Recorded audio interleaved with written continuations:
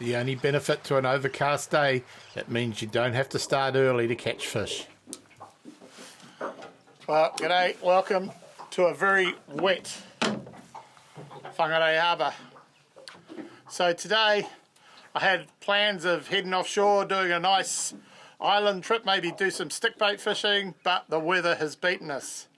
So it's pretty calm in here, we're hidden from the wind at the moment, but offshore it's about a 3-metre swell and they're forecasting winds up to 25 knots today. So that's not the sort of weather I go out fishing in, just for safety's sake. The boat can handle it, but yeah, maybe the body can't. So what I've done is I've sort of gone to a plan B and that didn't work, so I'm plan C now. So I've come up and I've hidden in a little bay in the harbour here, out of the wind. We've got an incoming tide, which is a favourable thing, and I'm fishing in between the mainland and a little patch of shallow water. So I'm in a little channel with a hole in it, and I'm going to burley up and see what I can catch here. So pretty much today I'm harbour bound. So let's see if I can turn on a feed fishing just in the harbour on a pretty unpleasant sort of day. I was using the same rig on all 3 rods, a small 4-bar circle hook and a tiny sinker. But on the light rod I was using 12-pound trace, and on the heavier rods 30-pound platypus tough trace.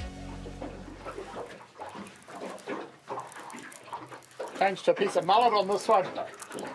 Hooks would sort of get knocked off and they're hooked up pretty quick. Another baby snapper. Oh, bit bigger. Slightly larger model.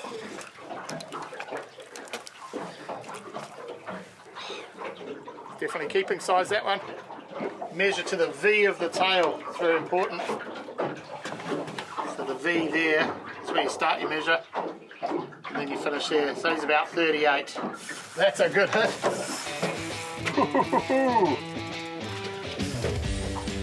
Why do you always get the biggest ones on the lightest gear, eh? There must be something to that. Normally I prefer to stray line with monofilament, but on this ultralight rig, braid worked perfectly, especially with the tippy rod. Hanging deep. With the modern reels having such powerful drags, it's a good idea to set your drag to the perfect working curve of your rod. This will prevent damage to your rod, but also let you play the fish as hard as possible and land it quickly, even on light gear. It's always exciting when you don't know what you got.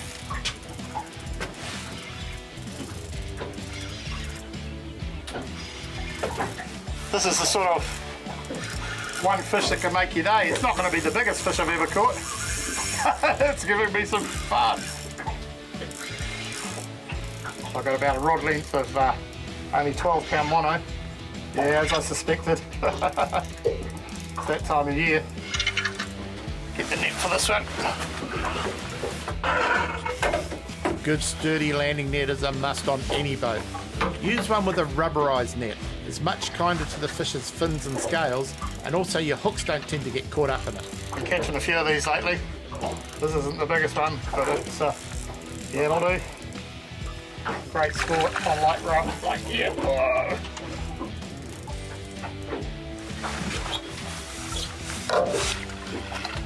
There we go.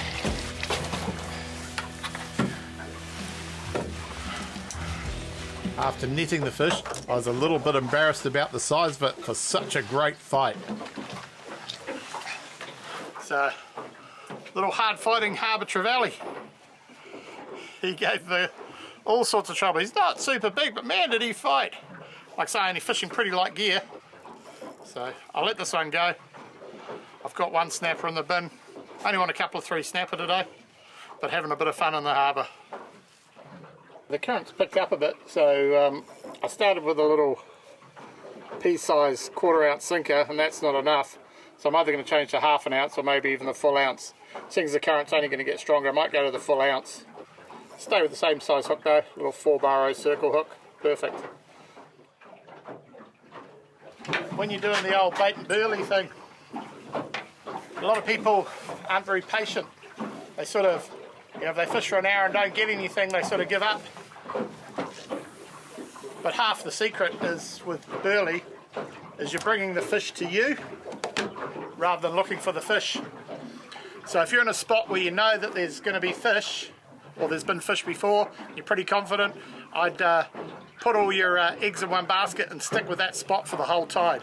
Moving around, yeah, occasionally you'll pick up fish when you're not getting them, but if you stick at one spot, keep the burley trail going, the likelihood of a decent fish moving up the burley trail is pretty good.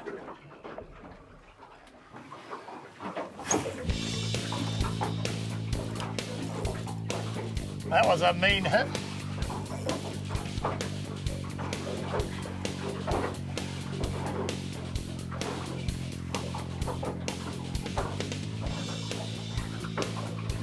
You can see how that tournament concept rod folds away at the tip, but this butt section here has just got plenty of lift. When you're playing any fish, it pays to keep a curve in your rod, especially when you're winding down to them. Some people let the rod go slack, and this is when the hook falls out. Been quiet for about 20 minutes. And then this rod just sparks into life.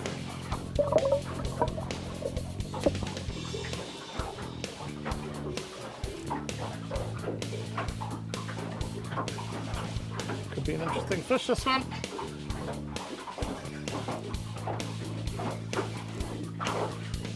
Can't see it, the water's quite dirty.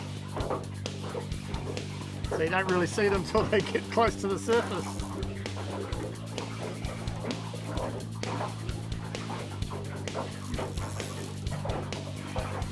Definitely a net fish. Oh, a bit of gold down there, yep.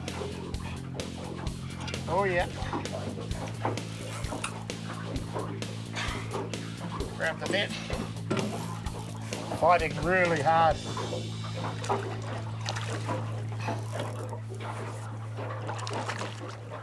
Okay.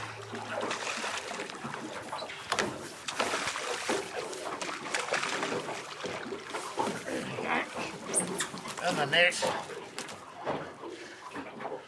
Best fish of the day so far. Coming up, the burley does its trick and I get the best fish of the day. Oh yeah, not a bad one. So maybe I'll take you home and show you how I cook up my snapper Thai fish cakes.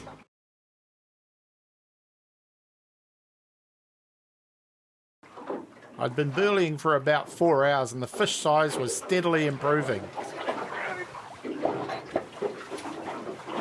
Oh yeah, not a bad one.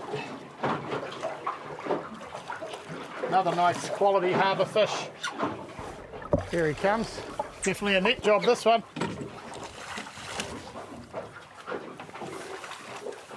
Oh yeah!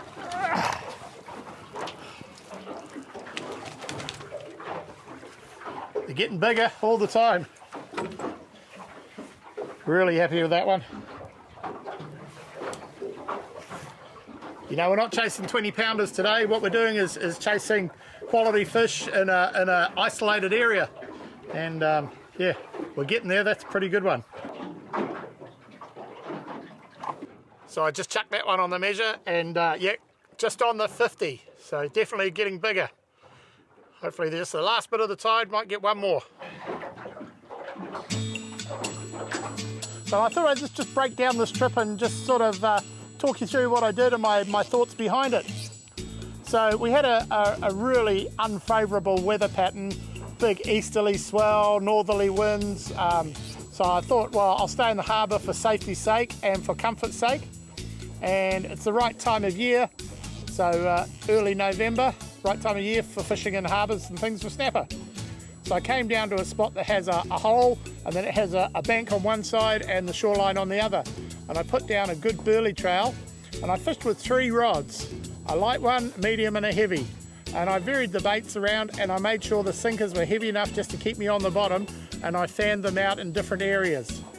So through the tide, the fish started small, then I got a few different species, trevally and kahawai, and then as the tide really got going, the better fish came on the bite.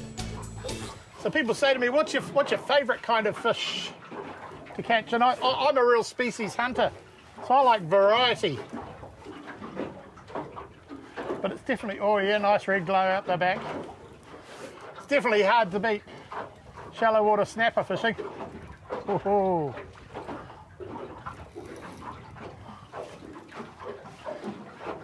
oh yeah, another quality fish.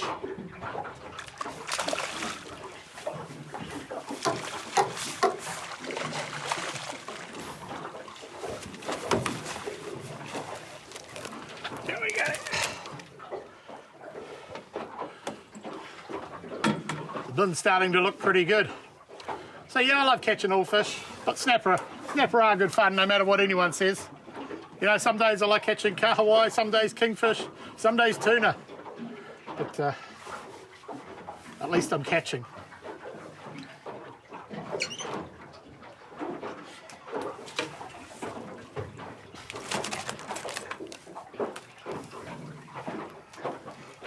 And all these fish, you've probably heard it said 1,000 times, but circle hook, corner of the jaw, no gut hooking, so if I want to release them, it's been really easy when I was catching those smaller fish.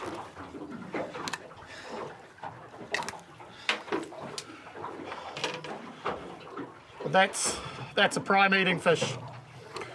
And one of my favourite ways to eat snapper is a little recipe that I make with Thai fish cakes.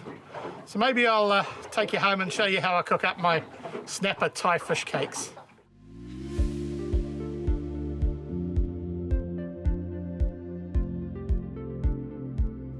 Start by filleting your catch, removing all the bones and the skin. On larger fish, you can scrape the frames and get extra meat off them that way. Cut the fillets down into smaller pieces. This is so they'll go round in a blender easily. The main ingredient is Thai red curry paste. Look at which one you get because it can be very hot. You'll need a tablespoon of corn flour, 1 egg white, a tablespoon of fish sauce. Place the fish and other ingredients into a blender and give it a quick whiz. Don't over process it though. You'll need some green beans that have been cooked and diced up, and some coriander. This is optional if you don't like it. Add the beans and a little coriander in with the mix, and then form into small bite-sized fish cakes. Then prepare the dipping sauce. I use chili, lime, soy sauce, garlic, ginger. Turn on the stove and heat up a pan and add a little rice bran oil, and then cook the fish cakes for about 2 minutes on each side. I use a low to medium heat to cook the fish cakes, and overcooking them will cause them to dry out. This is a great recipe that makes a little fish go a long way. I like to serve mine with sticky rice and the spicy dipping sauce.